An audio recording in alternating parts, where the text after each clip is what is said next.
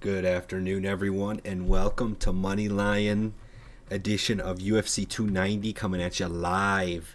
Jose and I are so excited to discuss this fight. Obviously, these fights really holiday weekend here, July 4th coming up, so we got busy plans going into Monday and Tuesday and early this week. So we're going to get to you live these picks a little earlier than usual on a Sunday this time. Just a quick recap of last night.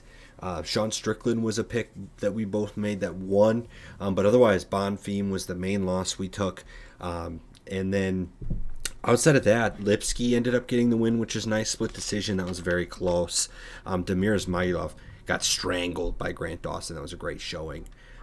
So we definitely should have given Strickland a little more credit in our weights. I think I had him as a 4 weight.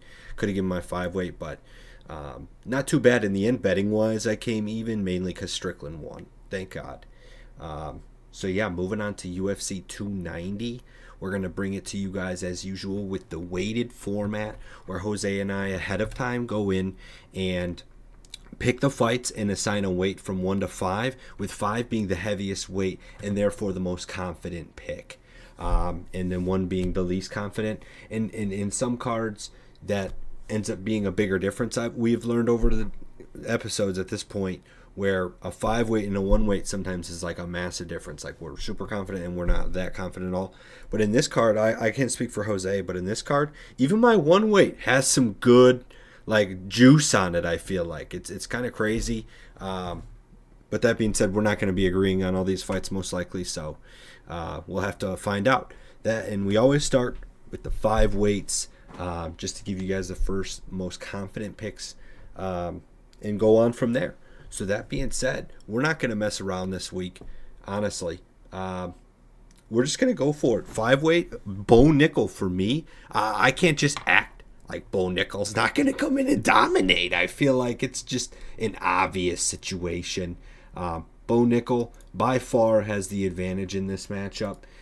Just looking at the favorite here. Minus 1250 on FanDuel. It opened at minus 1250 because currently on FanDuel it's minus 1600. I mean he's been getting juiced all week. There's likely no way you're going to get a good line on this fight. Yeah, Jose, what do you got for this one? Yeah, Nick. So for this fight, I have like yourself. I have Bo Nickel. Like you said, I think Bo Nickel has just been looking phenomenal thus far in the UFC, and I definitely want to see more out of him. He's every fight thus far in his professional career, he's ended in the first round. Actually, even his amateur career, every fight he's had in his career in general has been ended in the first round. So Bo Nickel is a guaranteed finisher, and and I think his grappling, just how well it is coming from Penn State, just overall his wrestling transitioning to MMA grappling and his jiu-jitsu specifically. I think that'd be a safe call to say that Bo Nickel is going to try looking for that submission against Tresean Gore. Tresean Gore, to be honest, he's coming off a submission victory in himself, but before that he was running on a 2-fight losing streak, and he got KO'd by Cody Brundage. And even though I had Cody Brundage recently when he fought, Cody Brundage, losing to him in the first round via KO, I think that looks kind of bad now, especially because Cody Brundage, since that victory against Tresean Gore, he's gone on to lose 3 times. And once, like every fight has been a different method. He's lost via KO, submission, and unanimous decision. So that being said, like losing to him in the first round doesn't look too good. So I don't think this fight would be any different. I think Bo Nickel's gonna go in there and win in the first round, and I think Tresean Gore he's obviously gonna probably either get put to sleep. I think most likely by submission. That's the way I look at it, Nick. So I like yourself. I have Bo Nickel as a 5 weight. Yeah, man, I think submission is exactly where I'm thinking here. I wanted to point towards that Cody Brundage KO as well as one of the reasons that Tresean Gore, man, he's just like he still has improvements to make, right? He's not old. He's still I'd say a prospect just as much as Bo Nickel is, but Bo Nickel it's his wrestling, man, that's just ridiculous. And I would be open to fading Bo Nickel if it was one of the top end strikers like big time, but they're really feeding Trayshawn Gore to the Wolves. I feel like he's got a horrifyingly negative striking differential, and I'm not even sure it's gonna like for a guy that's gonna come in and beat Bo Nickel. It's gonna have to be a guy that's dominant in the striking category and makes Bo Nickel think twice about coming in for a takedown. But as of right now, Bo Nickel's just been jumping on everyone's back. I mean, in the first round, he hasn't even fought for 5 minutes yet in his 3 fights combined. I mean, it's just hilarious. It's laughable how easy. And Jamie Pickett's a pretty good name, but none of these guys are also like world breakers. And really, honestly, neither is Trayshawn Gore. So they're not necessarily like they're putting him on the UFC main event for this big card, but they're not necessarily like feeding him top end competition immediately. So, like I said, maybe he's a future fade against a top end striker, but absolutely not against Trayshawn Gore. This should be a first. I'm going under rounds. This will be first round. This will be submission. I mean, this will be just. It's going to look nuts on Bo Nickel's history. He's going to have 4 first round submissions in a row to open his UFC career. I mean, I feel like that's just the most obvious thing. Now, granted, 2 of those is the contender series. So if you want to say outside the contender series, it's only been 1 submission. But I think either way, it's going to continue for sure. Yeah, Nick. I agree with you. I think Bo Nichols continued dominating, and yeah, I don't think I think this is a fight that he should win, and the UFC gave it to him to win. Yeah, I don't think like I still have yet to see a guy that's going to be his biggest test. I thus far don't even think Trayshawn Gore is going to be his biggest test. Thus far, I think he's probably had some tougher competition already. So yeah, I think it's a no-brainer to go with Bo Nickel. Again, it's no question why he's minus 1,600. So it's you know, yeah. That enough with that. Right. I guess like for me, I guess Dude, I can't say enough good things about Bo Nickel. right. I mean, like I was going to say, though, I mean, against like Izzy or something, like absolutely not. You know what I'm No, saying? he's not ready. He's not at already Riddicker. No, no, no, no. Even Jared Cannonier, man. I feel like Jared Cannonier put this dude's lights out. You know, those are the kinds of guys I would fade Bo Nickel against. If Brunson was still in the UFC, I think him and Brunson would have been That's a good one. a good Brunson's matchup. I mean, he's a kickboxer too, isn't he? Brunson's kicks are always. Yeah, he's a powerhouse guy. He's just a brutal force. That's Brunson, and that would Yeah, have been a nice matchup. 100%. I think, especially like Brunson's later half of the career, because he's a vet, so that would have been like Yeah. a good true test. So if someone similar of that caliber, I think for Bo Nickel, I mean, I don't know. I guess I mean, Sean Strickland looked really phenomenal this True, weekend, so man. He looked that I great. think Strickland would be problems for Bo Nickel too. So What if that's interesting thoughts? Maybe that's who Bo Nickel thinks about calling out. I don't know. If you're Bo Nickel, you don't want to. I mean, is he? I'm not quite looking that at could the be a good call out. rankings. That could be a great Um, call out. is Trayshawn Gore ranked in the No. UFC? Because that's a real. That's also like a quite. I feel like if I'm Bo Nickel, I'd want to call someone out in like the bottom end of the top 15. I don't know if I want to go quite so far as to go that. Like Sean Strickland is looking to go for a title shot soon. You Yeah. know, like that would make like hold on. You know, pump the brakes a little bit. Bo Nickel would be so outmatched on the feet against Sean Strickland, and I agree. Strickland Yeah. can still wrestle, man. Yeah, he looked phenomenal. Like as we said it this weekend too, he's hard to keep down. So Mm-hmm. I think he's going to be problems. And those are the type of tests I definitely want to see Bo Nickel against more moving forward. And again, I just think this fight isn't that test for him. So that's why I Right. strongly believe he's going to get that W. Yeah, so yeah, obviously don't mean to harp too much on Bo Nickel. It's just some interesting insight into like yes, we're extremely confident in Bo Nickel for Saturday, but we're also intrigued to see where it goes from there. But Jose, I'll let you take it away then, since that was both of our 5 weights. We're gonna let you do the 4 weight next. Yes. So for the 4 weight, this is the middleweight bout between Robert Whitaker and uh, uh, Dricus Dricus. Duplessis. Yep. Dricus Duplessis. And right now, Robert Whitaker, he is a big favorite at minus 400, while Duplessis, he's the underdog at plus 285. You know, Dricus Duplessis, he's been looking phenomenal as of lately. He like mauled Darren Till in that one fight. That was ridiculous. But Robert Whitaker, if it wasn't for Izzy, he's the goat of this division. He really is, and I think he's still top dog. I think I see him winning this unanimous decision straight out against Duplessis, and both guys. Robert Whitaker, he can be a finisher, but as of lately, he's just been nothing but finishing in the third or fifth round, and he has phenomenal cardio. He's one of the most well-rounded fighters. I think like him and Volkanovski are two of the most well-rounded fighters in the UFC today. Robert Whitaker reminds me almost of George St. Pierre.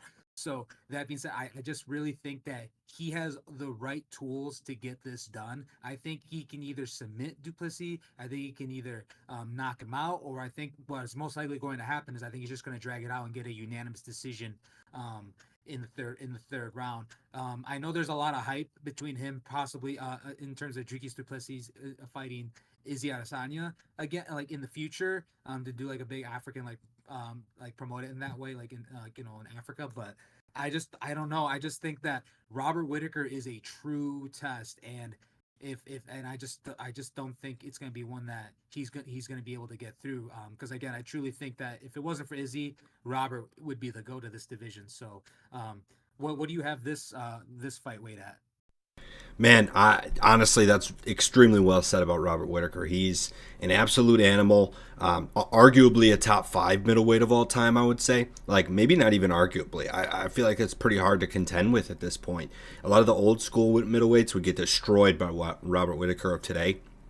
And the main other point I wanted to make as well is there's just levels to this game, dude. I respect Dricus Duplessis. I'm not saying he's not great, especially KOing Derek Brunson, a guy we just mentioned as a guy who could potentially knock out or contend with at least Bo Nickel and strife off some of his takedowns. Dricus Duplessis was like, fuck it, I'll knock you out round two. So he's been on a tear, man, but I still feel like this is a great example of just there being levels to MMA, dude. And honestly, Whitaker's levels above Derek Brunson. I think this competition is going to be a massive step up for Dricus, and I'm just not sure he's ready for that cardio, that ability to go 5 rounds. In this case, it won't need to go 5 rounds. Because it's not possible. It'll be a 3-round fight, right? But in any case, that might even give Whitaker the ability to put more of an output throughout those 3 rounds, knowing he doesn't have to go the distance to 5, and he'll use up more energy going for a KO or something potentially. I don't know. It's been a long time. Like you mentioned, Whitaker's gone to decision pretty much all of his fights recently. It's been since 2019 when he lost against Izzy. The last time he won a fight that wasn't a decision was 2017. That's pretty crazy. So maybe Whitaker says, screw it. I'm going for the KO here.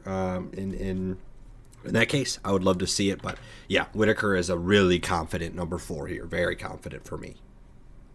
Yeah, and it'd be a major statement. And just looking more into it, yeah, like it'd be a major statement if he were to put out Dricus Duplessis. I think he possibly could, but I think he's gonna have to break him down because Duplessis he has phenomenal stamina too, and he just presses forward and he goes all out crazy. He can every once in a while he'll throw a spinning kick, and the thing is, Robert Whitaker has great submit grappling skills, but Dricus does have more submissions. 10 out of his 19 wins come via submission. Robert, he's only lost once via submission, and so has Duplessis. So I think, yeah, I honestly think Robert's going to be that first unanimous decision loss for Dricus Duplessis. So that's the way I look at it. I think he's just going to put a class like master act, I guess, and the best way to say it, and he's just gonna look like he's the master and Dricus Duplessis is the student. Though it's going to be tough at some degree too because Duplessis he throws a high volume of punches. He lands 6.72 per minute, while Robert Whitaker he himself also throws a high volume with 4.48. And both guys have phenomenal grappling, but I think Robert can fare well enough to not get submitted. But the one thing I guess is just Dricus has over Robert. I see is just the reach advantage, but it's not even much to be honest, just 2.5. So it probably won't be the biggest factor, but that is my only concern, I guess, is if he's such a high volume puncher and just having that slight reach advantage. I'm not sure. I mean, Robert, he looked better against Izzy the second time he fought him, and he does a great job of blitzing in, and that's why he reminds me of George St. Pierre. He has a certain distance, and then he blitz in, and he'll straight up jab you and just throw a quick 1-2, and then get back out. Come in 1-2, throw a kick quick, you get out. He comes in and out, steps in and out. So I expect him to pretty much be doing that on route to a unanimous decision victory, just racking up the points. So I Hmm. think that's probably going to be the best way. I think that's most likely how this fight's going to turn out because that's almost like a lot of his fights recently, how they've been for Robert Whitaker. Yeah, man, I hear what you're saying. I don't know, man. I actually think I would lean. I'm not betting it, but I really do think Whitaker could be live for a KO here. I'm not. Yeah. I'm not.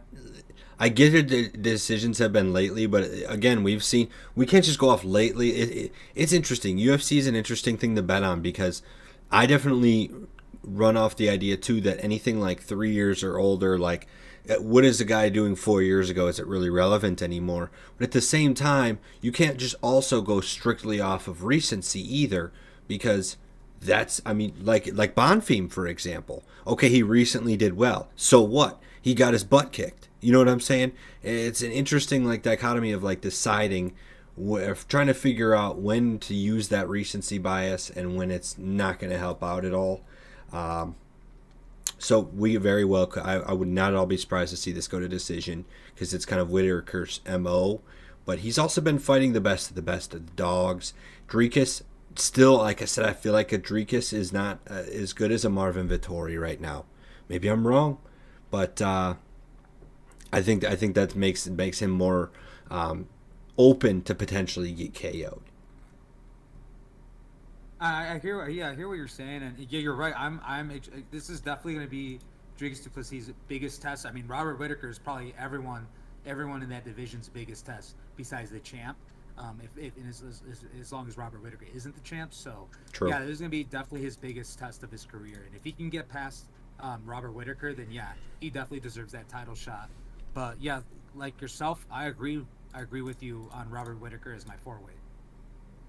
Sounds good. Well, then I'll bring us to the next pick of the night. It'll be my three weight. We've gotten through both of our five weights and four weights. Of course, they just so happen to agree.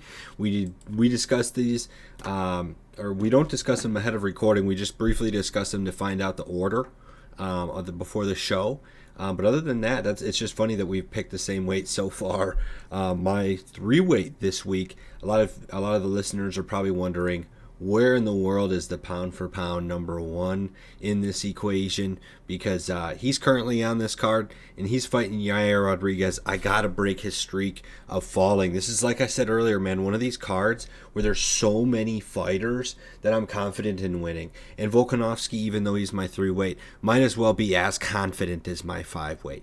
I like Yair and what he's been able to do. But honestly, Volkanovski, like I said, okay, if you go to the UFC website, I think John Jones is actually listed as a pound for pound number one. Okay, fine. But honestly, we can all agree that it really should be Volkanovski, man. He's been able to dominate the featherweight division, go up to the lightweight division, and arguably beat Islam. And I don't know, that decision's still crazy to me from here on. Volkanovski's right now. He started at a minus 435. He's now a minus 460 on FanDuel. So people are putting more money on him, and I think that's for a good reason.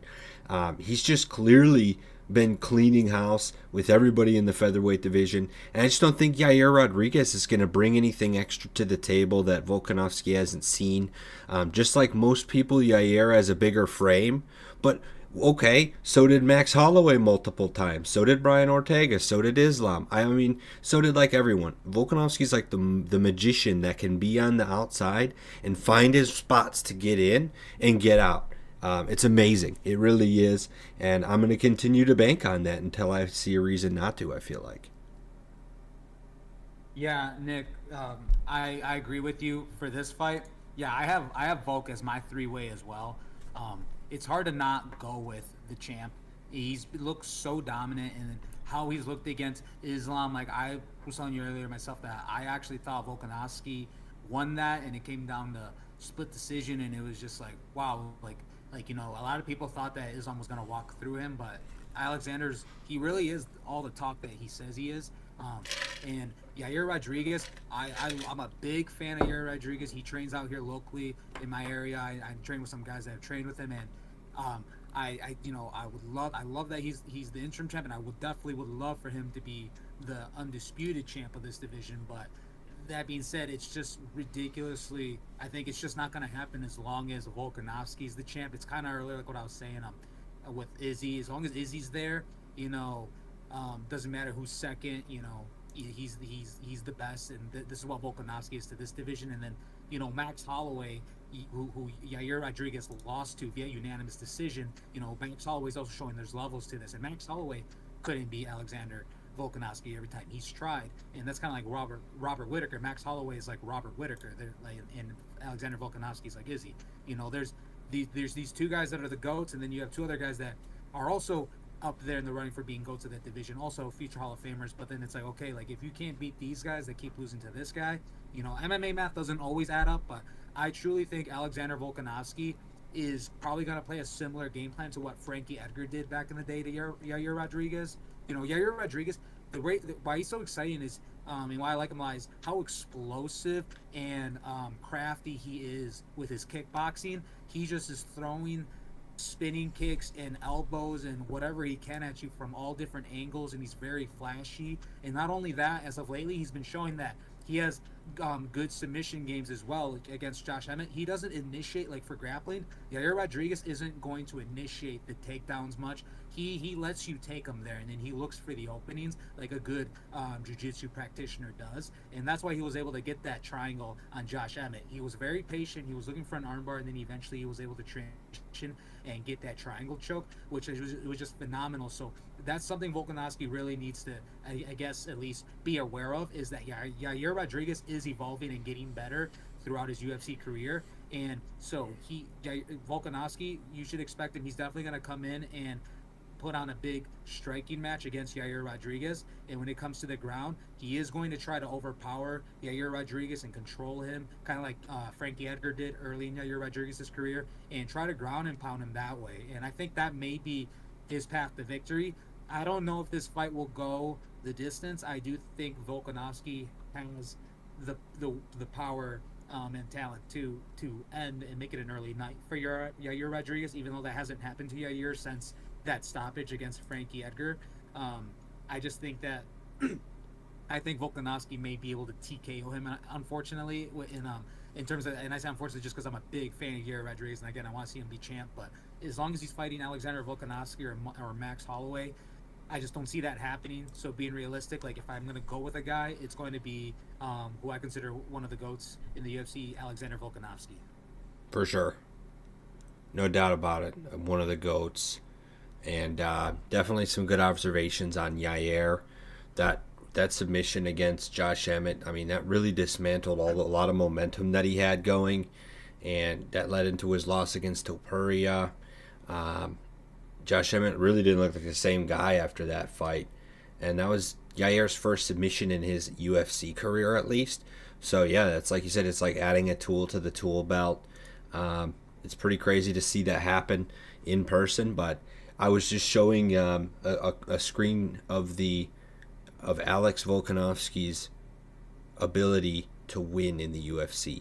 Every single fight he's taken in the UFC since his debut in 2016 was a win, up until Islam's loss. I mean, it's like beautiful to look at, to be honest. There's so few people, like all these prospects that we see come through the UFC, and all the hype that comes, very few of them end up being able to make a streak as well as Volkanovski. Very few, you know? So that in of itself is just so impressive. I just wanted to highlight, like, how amazing his featherweight run specifically is, because his only loss is at lightweight. I mean, and it wasn't arguably a loss. I don't know, man. That's crazy. If Islam didn't have that Dagestani ability, it would have been a landslide. It wouldn't have even been close. So yeah, not much more to add to that. Volkanovski's a super confident three-weight. But yeah, let's go to your two-weight then next, Jose. Yes. So for my two weight, this is for the strap between Brandon Moreno and Alexander Pantoja. And right now, Brandon Moreno, the champ, he is the betting favorite at minus 186, while Alexander Pantoja is the betting underdog at plus 144. For this one, yeah, like I'm gonna have to go with my guy Brandon Moreno, and reason being is like Yuri Rodriguez, I was saying earlier, he's just been getting better since his second stunt in the UFC. since he's been back, he's been looking good. Yes, he's done that trilogy with Davis and Figueiredo, and he's won and lost. But other than that, I mean, he's coming back to back-to-back third-round TKOs against Kai France and Figueiredo.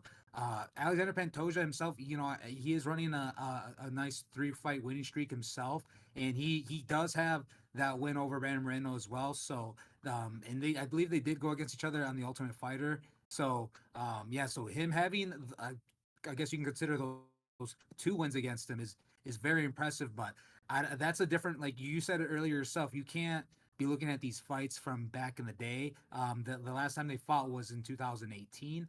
And yes, he won unanimous decision, but Brandon Moreno again, he that was when he was on his way out of the UFC as well, and since then he's been back and looking better, and now he's the champ. So that being said, I think he's gonna get the win.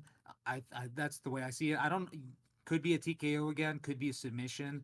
I'm not necessarily sure which route Brandon Moreno can beat Alexander Pantoja because Brandon Moreno he's just extremely patient but technical. So it's going to be one of those fights where you just see him breaking it down in pretty essentially like in real time. Like he's going to dictate where the match goes. And I don't know his like how he's going to want to, but it depends whatever Pantoja, I guess, offers to him. So that's why I like Brandon Moreno a lot. He just really lets his opponent dictate the fight, but he tries, he backs up Figueiredo continuously would be backing Brandon Moreno up, but as every time he steps back, he's still throwing punches at you.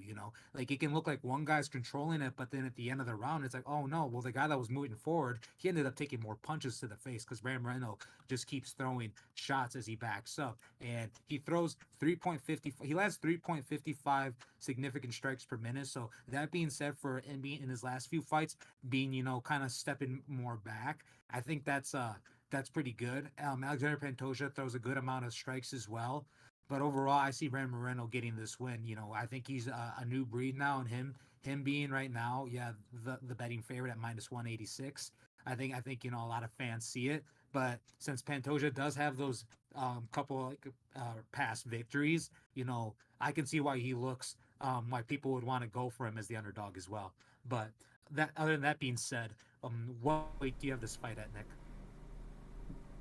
Yeah, dude, for sure. I mean, I to answer your question, I got Pantoja here. I got him as my one weight, so I'm not like he's the least confident pick I have on the card, and that's obviously for a reason because I respect Brandon Moreno's ability to evolve as well. And making this pick, it's really not like I'm honestly making this pick still mostly just ignoring their previous fights. I agree that it's I guess it's one part of the story to know that Pantoja's 2-0 against Moreno, but at this point, it's really something that those things occurred so long ago when there was really honestly a lot less on the line. These guys have completely evolved in their own rights, and I think that's going to be one of the big storylines for Moreno is like how much he's evolved and changed as a boxer, blah blah blah blah. But it's really being ignored, in my opinion, how Pantoja has been able to evolve as well in his own right. Now that he's been able to come off 2 straight submission wins in the first and the second round against decent fight, I mean, Brandon Royval and Alex Perez are pretty impressive wins. It is certainly part of the reason he's my one weight goes back to me being a little less confident and wondering why it's been a year since he's fought. I guess he's kind of sitting around waiting for the belt opportunity. Why fight someone else if you know the belt's coming to you? But it's just like, dang, like that's a whole calendar year that he hasn't fought. So it's probably not that big of a deal at all, but it's just something that I noticed and I was like, okay. But either way, I'm really curious to see how Brandon Moreno's striking is going to compare up to Pantoja. I think they have their unique styles, and as you were mentioning some of their significant strike differentials, and I think it came up during the broadcast last night with the UFC and how they define significant strikes. I believe it's like a strike landed at distance or something like that. It's calculated a little weird, so that's something I'll have to look into more to see like what's even the validity of a significant strike in the stat in of itself. But that being said, I'm not trying to downplay Moreno's striking at all, but in the history of their careers, Pantoja's had more striking output. I think there's a potential chance that Moreno isn't expecting Pantoja to be this good in boxing and stand up, and then to be able to jump on his back. Now, I'm not also discounting Moreno's ability to wrestle. He can wrestle. He's not a one trick pony when he can only box. I think the main thing Pantoja needs to do is just get on his back. If Pantoja's on his back, I think that's absolutely where the Moreno fans are most concerned. But other than that, in a normal wrestling exchange, I could see Pantoja losing a couple of those wrestling exchanges, what I'm saying. So it goes back to why he's my one weight. I think he has the ability to come in and surprise people and continue to bring what he's brought in previous fights against Moreno. But in the end, I'm not leaning on those two. I'm not sitting here saying 2-0, that's why, blah, blah, blah, blah. I really do think Pantoja's evolved in his own right, and it'll show at least to some degree. But this really will be a dog fight, man. I think whoever wins this fight is going to come out of there with some serious battle scars. Yeah, I agree with you, Nick. I think it's gonna be a really fun one. I do not discredit Pantoja. He definitely has been evolving. And the only thing is like his last two fights too, getting those submission wins. I feel like it's almost disrespected though. Like majority of his wins on his record are via submission. Granted, before those last two, he was 8-8 with KOs and submissions. But man, yeah, I'm worried too. Like if this goes to the decision, Pantoja also has more decision wins on his record. But yeah, I just right now I am leaning towards Brandon Moreno being the better of the two. They're both of these guys are actually hard to put out. Neither of them have ever been submitted or KO'd. So it could be a fight that goes the distance all the way, and in that case I am gonna go, and it is again myself, like it's my number two weight, so it's not, I'm not one of my most confident picks for sure. Mm-hmm. But that being said, yeah, Brandon Moreno as my two way, and you got Pantoja as your one way. Yep. There we go. We finally got a disagreement, and you listeners were able to hear variance in picks there. But that leaves us to one remaining fight on this main card. We haven't discussed Jose's one weight, and we have not discussed my two weight. But who are those picks is about to be found out. I'll go ahead since it's my two weight pick here. We're gonna bring it to of course, the opening fight on this card. It's going to be Jalen Turner versus Dan Hooker. This is going to be an interesting one. Dan Hooker is honestly lights out in most cases. He's dominant in most of his career, and he's the underdog here. Dan Hooker's plus 186. Jalen Turner's minus 285. I'm with it. Excuse me, 245. Look at I'm with it. I'm with Jalen Turner. His nickname the Tarantula. Look, man. Whew, that it's like when I think of tarantula, it's like pouncing on his opponent. You know what I'm saying? And I really think Jalen Turner's been kind of doing that. Obviously, his some of the recency in there with his submission against Brad Riddell. That's part of the reason that he gives me that idea, because it's the most recent thing I've seen from him. But he's gotten 3 submissions in his UFC career, 4 KOs. I mean, he just goes in there and knocks people out, for the lack of a better term. It's just he's pretty impressive, man. He's been pressing it against everybody they put against him, and his split decision. I get he's coming off a loss, right? But it's to Mateusz Gamrot. That dude's a beast. That dude's a prospect. He's going to be a lightweight problem, especially when we see guys like Poirier and Gaethje out the door. Oh, dude, Gamrot's going to be one of the big names, top 5 in the lightweight division for years to come.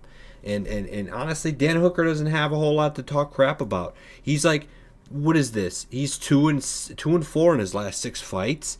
I mean, they put him against Michael Chandler for his UFC debut. That's kind of rough.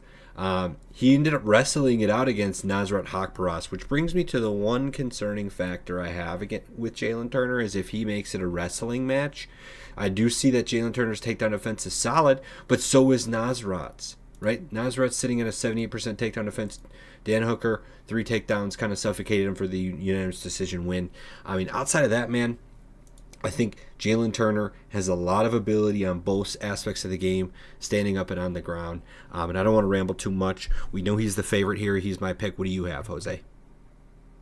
So for this fight, this is actually going to be the only underdog on the card that I'm going with, and it's going to be Dan Hooker. And the reason being is this is going to be one of those instances where Dan is not the taller, lengthier guy. Normally, he is, but I'm not too concerned about that. I do think this is going to be a predominantly kickboxing match. I don't know.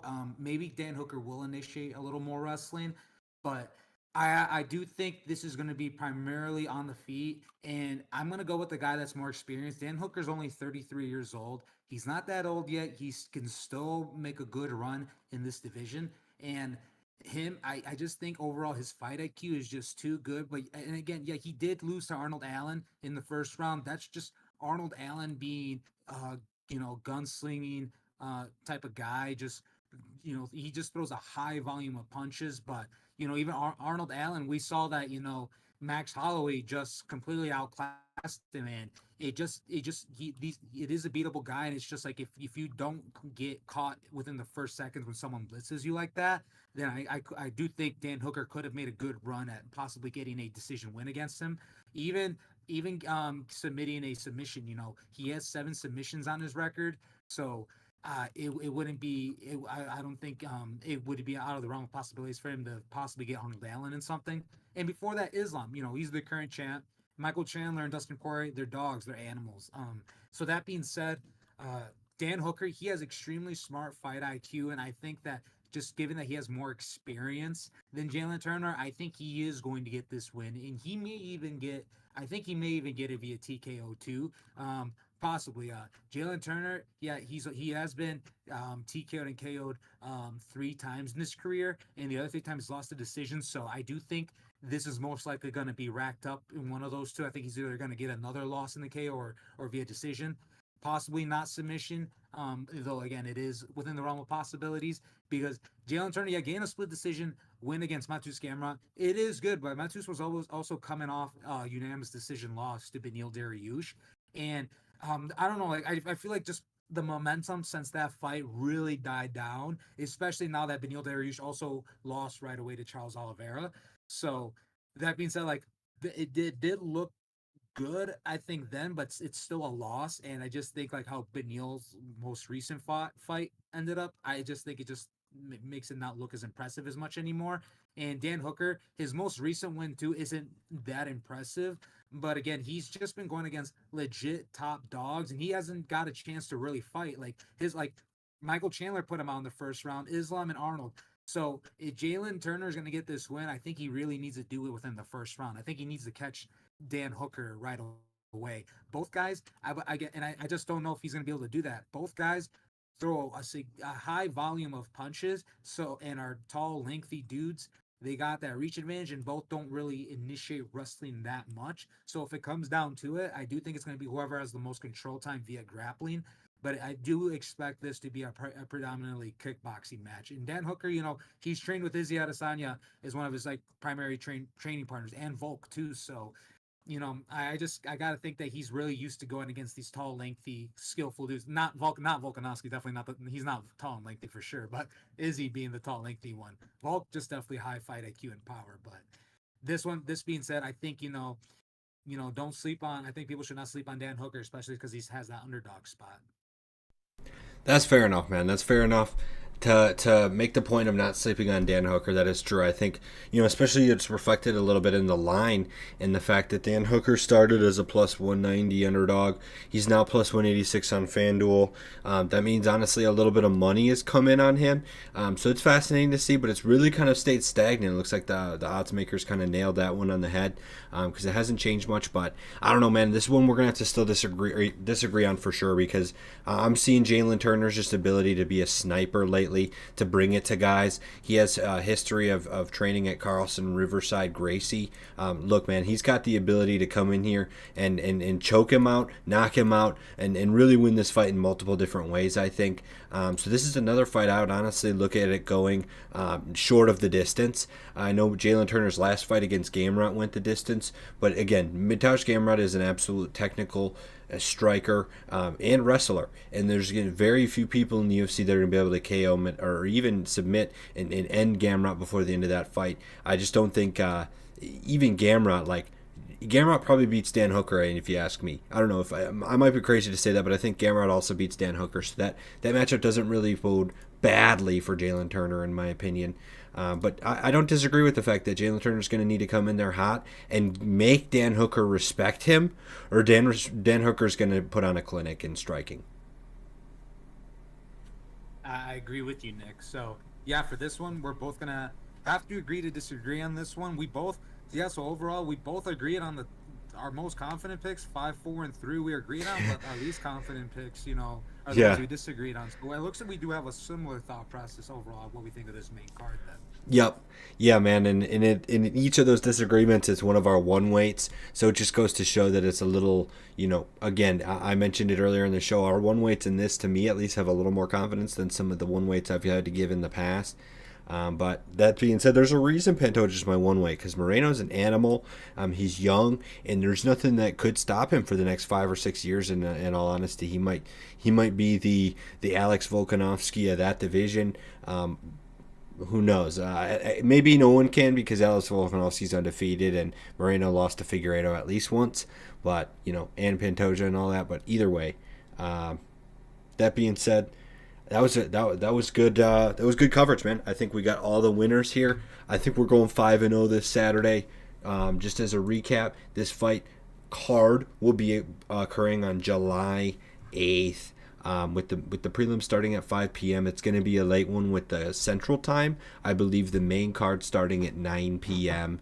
Because obviously it's occurring in Vegas, so they like to have it starting at 7 p.m. Vegas, and the rest of the world can figure it out. So other than that, that'll be it for us here at Moneyline MMA. Thanks anyone for who was around for tuning in. And Jose and I will continue to be live weekly for all the UFC cards coming up. July itself is nuts, man. There's a lot of UFC cards coming up, and July usually always doubles up in terms of getting pay-per-view cards. So I'm very excited to see what's coming forth. If there's a UFC card the next weekend, definitely look for us to be live. And again, have a great rest of your holiday weekend. Enjoy the 4th, everyone, and we'll talk to you next week.